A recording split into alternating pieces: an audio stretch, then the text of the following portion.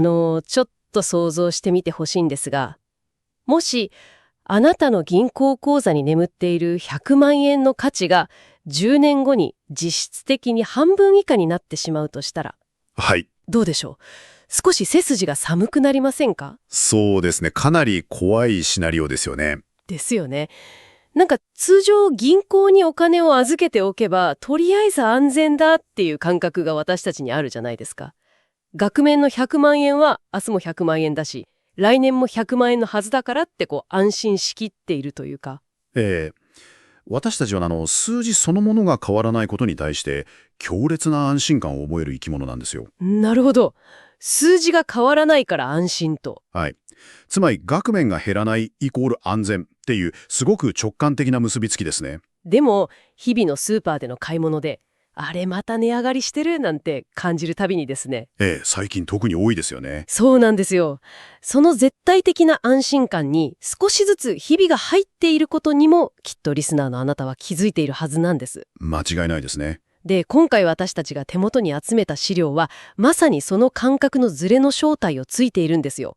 マクロ経済の冷徹なデータと私たちがなぜ非合理的な行動をとってしまうのかを分析する行動経済学。はい。この2つの視点を交差させて、なぜ私たちはインフレで資産が減ると分かっていても全く動けなくなってしまうのか、その根本原因を解き明かす非常に示唆に富んだリサーチになっています。ここで興味深いのは、インフレのリスクを頭で理解していることと、それを防ぐための実際の行動の間に途方もなく深い溝があるっていう点なんですよね。そうなんです。なので、今回の徹底解説では、ただの経済ニュースをおさらいするわけではありません。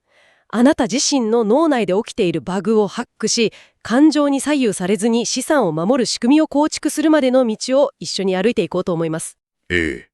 投資の手法とかチャートの分析に入る前に、まずは私たち自身のその心理的なブロックを客観視するところから始めるのが論理的ですね。はい、そこが一番のハードルですからね。そうなんです。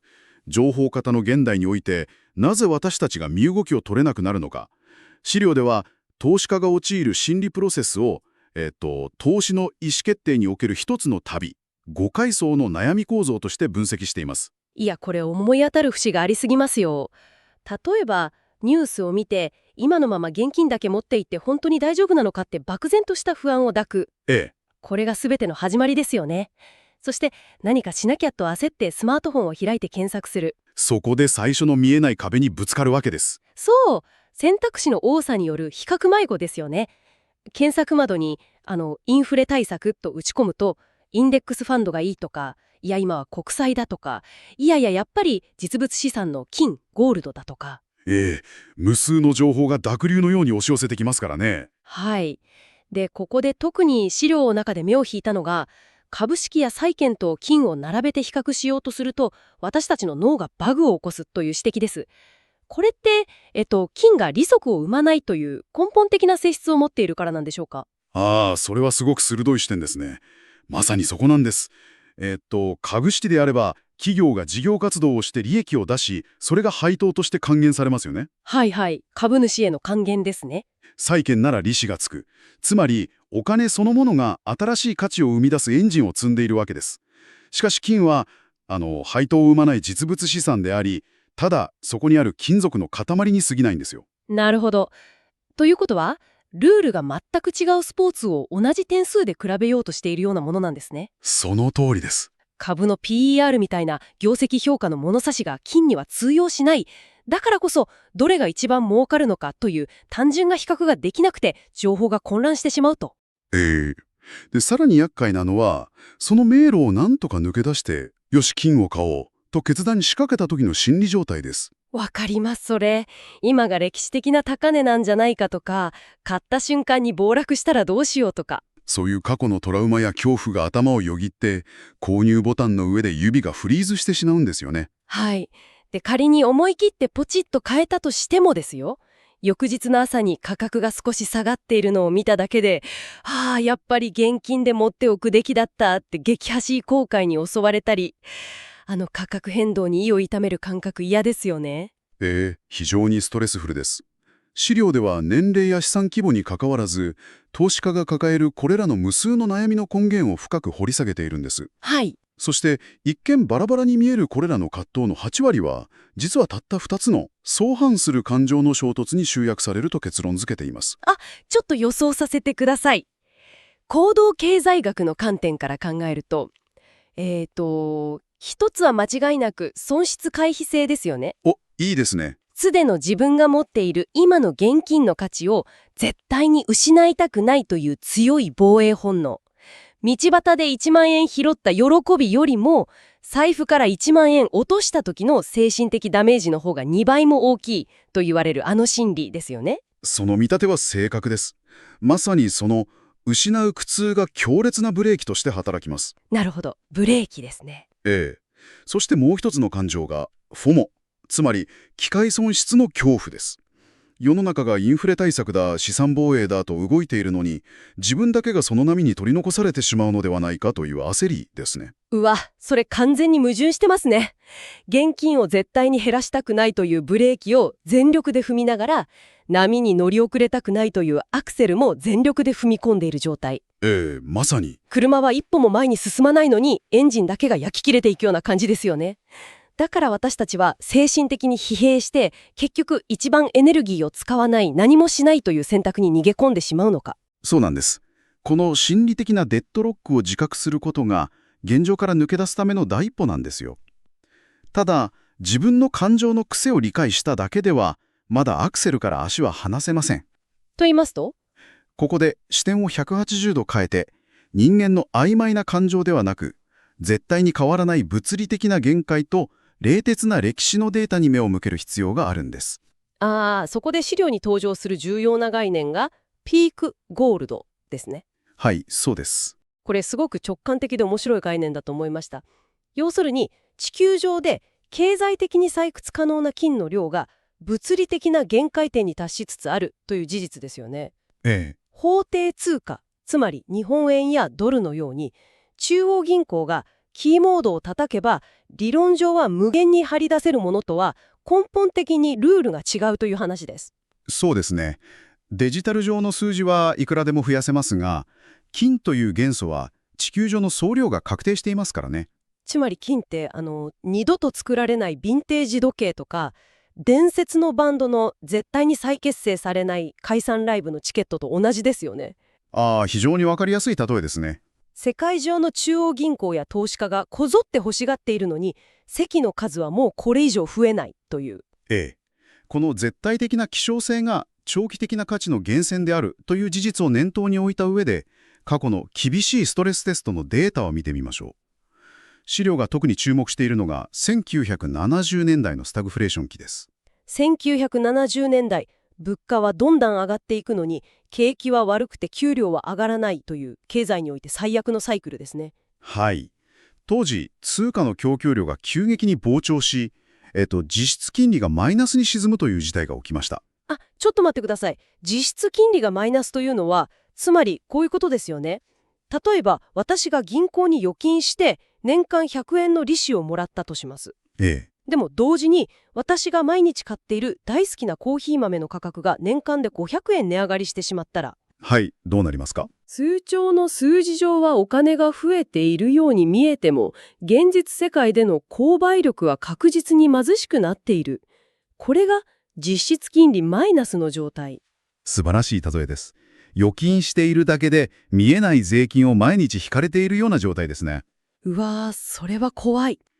かつて法定通貨への信用が大きく揺らいだその1970年代の局面で、物理的な供給限界を持つ金に資金が殺到し、価格が急激に形成されていきました。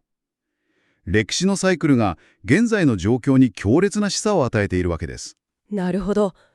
でもここで一つあえて反論させてください。はい、どうぞ。何もしないことへの恐怖はわかります。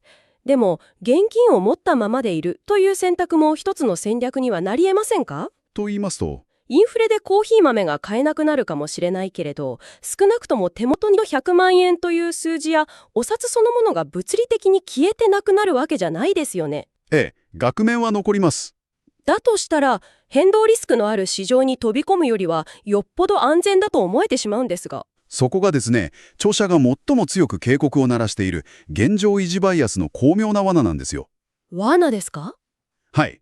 何もしないことはリスクを避けているようでいて、実は法定通貨の価値下落という単一の巨大なリスクに対して全財産をフルレバレッジでベットしているのと同じなんです。リスクを避けたつもりが現金 100% という極端な集中投資をしているのと同じ状態になっていると。そういうことです。資料のシミュレーションでは、法定通貨の実質的な価値が年率 2% から 3% のペースで下落し続けた場合を試算しています。はい。このペースで目減りし続ける現金を放置するということは、ゆっくりと沈んでいく船の甲板で、ここは濡れていないから安全だと言っているようなものなんです。それは強烈ですね。過去のサイクルを現在のデータに当てはめた場合、2035年には金価格が 1g あたり25,000円を突破する可能性も十分に現実的であると示唆されています。1グラム25,000円ですか？もちろんこれは一つの予測モデルであって絶対的な未来ではありませんが、ピークゴールドという物理的な限界と歴史のサイクルを掛け合わせると、そういう数字のリアリティが見えてくるわけですね。ええ、そうなんです。現金のままでいることはリスクゼロではなく、円の価値が下がるという方向に全だけしている状態だという視点は本当にハッとさせられます。だからこそ多くの投資家がここで行き詰まるんですよ。現金を持ち続けるリスクは理解した。しかし投資をしようとすると心理的なブレーキがかかる。状況はクリアになってきました。円だけを持ち続けるのは危険だ。しかし、いざ投資をしようとすると、私たちの脳は損失回避や FOMO といった感情に支配されてパニックになる。はい。では、私たちリスナーは具体的にどう行動すれば、この絶望的な痛さみを回避できるんでしょうか？そこで登場するのが資料が提示する黄金のルールです。これは魔法のテクニックではなく、極めて現実的で合理的な解決策。はい、教えてください。それは感情を完全に排除した現物資産の定額積み立て、つまりドルコスト平均法をシステム化することです。ドルコスト平均法。毎月あるいは毎週決まった金額で機械的に買い続けるという手法ですね。ええ。でも、なぜこれが心理的なデッドロックを破る黄金のルールになり得るんですか？最大の理由はこの手法が人間のタイミングを読もうとする性質を数学的に無効化するからです。なるほど、タイミングを読まない。はい。今は高いからやめておこうとか、もっと下がるかもしれないから待とうと予測しようとするから感情の罠にはまるんです。ちょっとスーパーのリンゴで例えさせてください。毎月必ず1000円分のリンゴを買うと決めます。ええ。1個100円の時は10個買えますよね。でも、不作で1個500円に値上がりした時は2個しか買えない。はい。逆に、応答作で1個50円に値下がりしたら20個も買える。これを毎月繰り返すことで、価格が高い時には自動的に少なく買い、安い時には多く買うことになり、結果的に1個あたりの平均購入単価が自然と平準化されていく。これが数学的な仕組みですね。その完璧なメカニズムがドルコスト平均法の本質です。市場のボラティリティ、つまり日々の激しい価格変動を気にする必要がなくなるんですよ。気にしなくていいんですね。むしろ価格が下がった時は安く多く買えるというメリットに変わるため、購入後の後悔や胃の痛くなるようなストレスから解放されます。アクセルとブレーキを踏み間違えて疲弊するくらいなら、最初から感情を持たない自動運転システムに任せてしまえということですね。まさにその通りです。具体的なアクションとしても、今は本当に便利な時代で、スマートフォンのアプリ一つで純金積み立てサービスや金 ETF なんかに簡単にアクセスできます。何十万円も用意する必要はなくて、それこそ100円単位、1000円単位という少額から始められるプラットフォームが充実していますからね。実行のためのハードルは歴史上最も低くなっています。相場を読むのではなく、自分自身の心理構造をハックする。心理構造をハックするいい言葉ですね。自分が感情で動いてしまう不完全な人間だと認めた上で、感情が入り込む余地のない仕組みを構築する。これが資産防衛の最適解だということです。さて、ここまで非常に濃密な考察をしてきました。日本円という単一通貨に全振りするリスク、そして私たちの行動を阻む損失回避とフォームという心理構造。はい。その一方で、絶対的な物理的限界であるピークゴールドと冷徹な歴史的データ、それらすべてを乗り越えるための感情を排除した積み立てのシステム化、リスナーのあなたの中で点と点が一つにつながったのではないでしょうか。現状維持の恐ろしさとシステム化による行動の重要性が論理的な筋道として浮き彫りになりましたね。ここであなたに直接問いかけたいと思います。あなたの10年後の目標資産額はいくらですか？そしてその大切な資産を守るために今どんな仕組みを持っていますか？はい。今日得た知識は頭の中に入れただけではただの情報です。それは明日からの行動に落とし込んで初めてあなたの未来を守る盾になります。ただし、最後に一つだけ。これまでの議論を根本から揺るがすような資料の終わりに記されていた思考実験を共有しておきたいと思います。揺るがす？一体どういうことですか？今日の私たちの考察はすべて地球上での金の物理的限界、つまりピークゴールドが絶対的な前提になっていましたよね。はい。金はこれ以上増えない。そこがヴィンテージ時計や解散ライブのチケットとしての価値を担保しているという話でした。しかし、もし今後10年から20年の間で民間宇宙開発が飛躍的に進み、小惑星から無尽蔵に金を採掘するアステロイドマイニングが現実のものになったとしたらどうでしょうか。宇宙空間での採掘。それはさっきのヴィンテージ時計の例えが根底から崩れるということですね。ええ。もし事実上無限の供給が宇宙からもたらされたら、人類が何千年もかけて信じてきた絶対的な希少性という方程式そのものが完全にリセットされてしまうじゃないですか。そういうことです。物理的限界という前提が変われば、確固たるデータに基づく黄金のルールすらも意味を持たなくなる日が来るかもしれない。なるほど。一つのデータや一つの正解に固執して安心するのではなく、常に異なる視点を取り入れ、変化から学び続けることが投資においても人生においても最も重要だという著者の深いメッセージなんです。いやー、安心しきった瞬間に私たちが立っている前提条件の方が劇的に変わってしまうかもしれないんですね。常に好奇心を持って世界を見つめ続ける必要がありますね。本当にそうですね。少し見方が変わるかもしれません。あなたのポートフォリオの10年後の未来と一緒に、あの星空に眠る壮大な可能性と、そして想像もつかないようなリスクについて、ぜひ思いを馳せてみてください。